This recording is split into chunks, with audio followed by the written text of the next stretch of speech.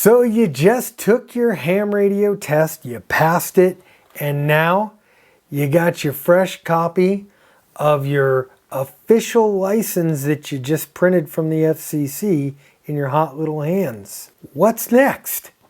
We'll talk about it this time on K6UDA Radio.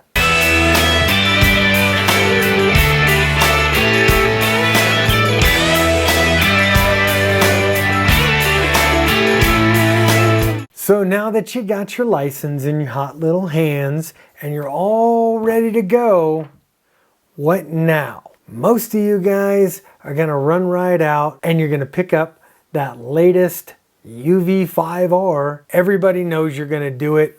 Almost every single one of us own at least one of those things. Depending upon how much you're kind of getting into this, you might want to get a base station, you might want to get an HF machine, you might want to get into mobile communications, something with a little more power, something with a few more features that programs up a little bit easier. And you might be thinking about building yourself out a ham radio room, or as we say in the business, a shack. If that's who you are, you're just in luck today, because that's exactly what I'm doing right here in Studio A. So today we're going to go through Studio A and some of the ham radio stuff here, and I'll let you in on all the little speed secrets I've learned over the past 10 years.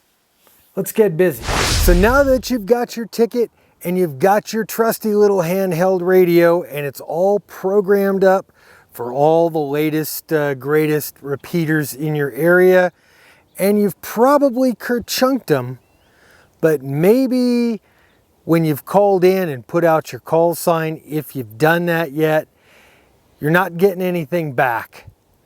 And you wonder, is everybody standoffish in this club, or do they just not want to talk to me? So really the thing is this is your limiting factor here. Yes, guys, it doesn't matter what kind of little portable handheld antenna you put on there, whether it's the stock one, whether it's like this flexible Nagoya that I've got on mine, or even the 42-inch Abri. It's still the limiting factor of this radio. And to get out on this radio, you're going to need to do something a little bit different. Honestly, guys, the most rudimentary antenna you can do that's mounted outside the house is going to do far better than the best antenna you can buy for your HT. Unlike the huge mess of cables I created in my California shack, I've decided to go a different direction with Studio A. I want to keep things clean and stylish, but I still have one problem. I need to get antennas from the outside to hook up to radios on the inside. So this time, I'm trying something new. These are 8-inch bulkhead connectors. It's basically a two-sided SO239 that you pass through a wall. You could seal them up on the outside with a rubber gasket and hook your outside antenna to the inside radio. I found these on Amazon for about $20 a piece. I've ordered 3 of them. I've got 2 more to put in, and I'll show you what that looks like. On the far side of Studio A, I used some old metal racking that I had at the old house to create my internet and digital station. Now, it's no secret that I like to play on the digital modes. I use D-Star, Fusion, DMR, and I'm a huge fan of the open spot hotspots to get on those modes. The rack space also allows me to keep a couple of extra handheld radios, some memorabilia, and some of the tools that are near and dear to my heart. Now, almost all ham radio equipment is by design DC powered, and to get that power, you're gonna have to use some kind of an AC to DC power supply. And inside of Studio A, I've employed 2 different power supplies to supply both sides of Studio A. The HF and main radio side is supplied by the MFJ4230, while the digital side is supplied by a PowerWorks 30 amp switching power supply. Both of these power supplies do the exact same job. Currently, the main HF radio I have in Studio A is my ICOM IC7300. I originally bought the 7300 as a fairly low cost option for use in the motorhome, field day, and some of the portable stuff that I do. I'm also using the MFJ993B automatic antenna tuner because science. We now move on to my latest pride and joy, the IC705. This is kind of the all mode, all things to all men in a QRP version that I am in love with. I keep this permanently connected to my hotspot, tuned to 30 Charlie on D-Star. And for the 2-meter 440 side of my life, I keep the FTM 400 in the shack when it's not in the motorhome. And I use that to keep tabs on my Wires X node, YouTubers, and local repeaters. I know you're asking yourself, how did he get the head of that radio to fit so nicely on that shelf? I picked up a set of these rare earth magnets on Amazon for just a few dollars. This thing screwed right into the shelf that I put up, and it works really, really nicely. Very secure mount. I'll put links to all these things that I'm talking about in the description below. Now, this MFJ SWR watt meter is certainly not a necessity in a modern shack, but it really is nice to see exactly what's happening at the antenna side. This is after the tuner and after everything else. You have to remember, the sole purpose of an antenna tuner is to fool the transceiver into thinking everything is happy and at 50 ohms living in perfect harmony. When in reality, the struggle is real, my friends. Now, because Studio A is kind of more of a production facility for me than a ham shack, it's got to do triple duty. And the heart of that triple duty is my 28-inch Mac computer. The Mac needs to do all my office functions. It needs to edit videos, which I do on Final Cut Pro, but it also needs to be my ham shack computer.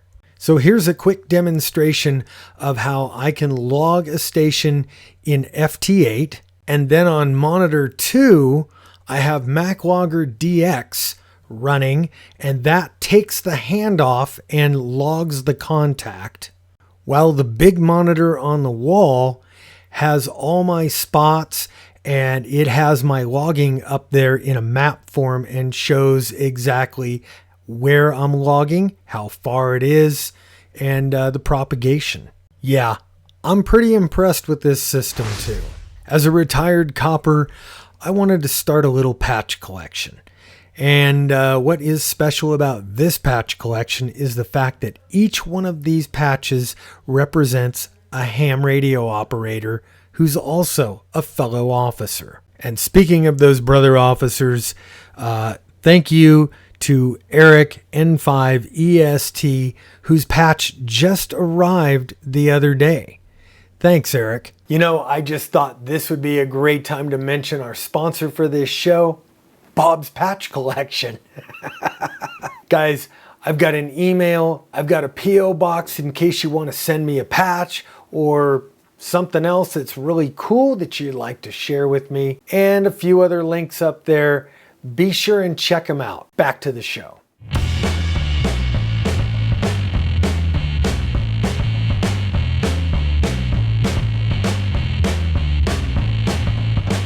So for today's project, we're going to be installing a VHF UHF antenna on the roof. This is my Diamond X50 antenna. I had it up at the old house for a long time, and then I took it down when I put up a repeater. First order of business is to get one of those bulkhead connectors through the wall and outside. Start off by punching a hole through the wall with a long, skinnier drill bit, and then using a 5/8 drill bit to finish it off. That'll make it the perfect size. After you've drilled that 5/8 inch hole, pass that bulkhead connector all the way through the wall, both sides. I pre-drilled a blank faceplate so I could put two of these bulkhead connectors next to each other.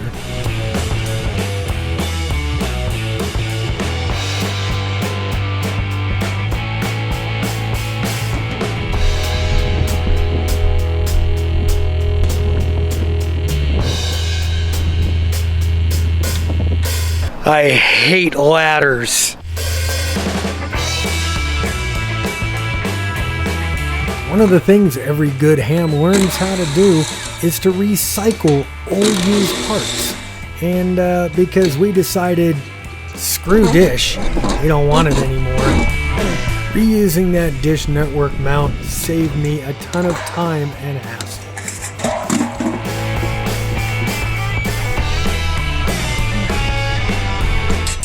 Crap, it doesn't fit. I really hate ladders.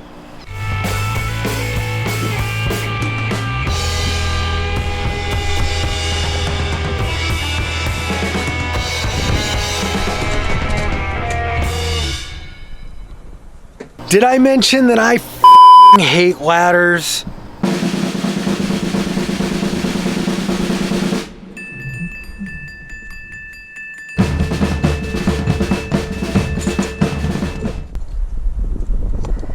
You and you. So now I can simply plug in a short little patch cable, hook it up to the radio, and I'm ready to go. And I guess I can try low power now. Testing out new antenna. Anybody around?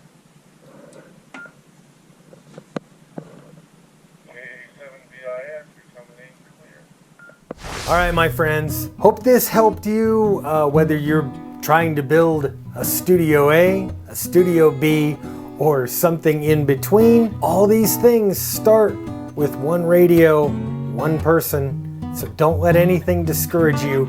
Get out there and get on the air. Hey, like this video if you do, subscribe if you haven't. Be sure and check out all the links here on this screen, and if you have an email question, there's the email.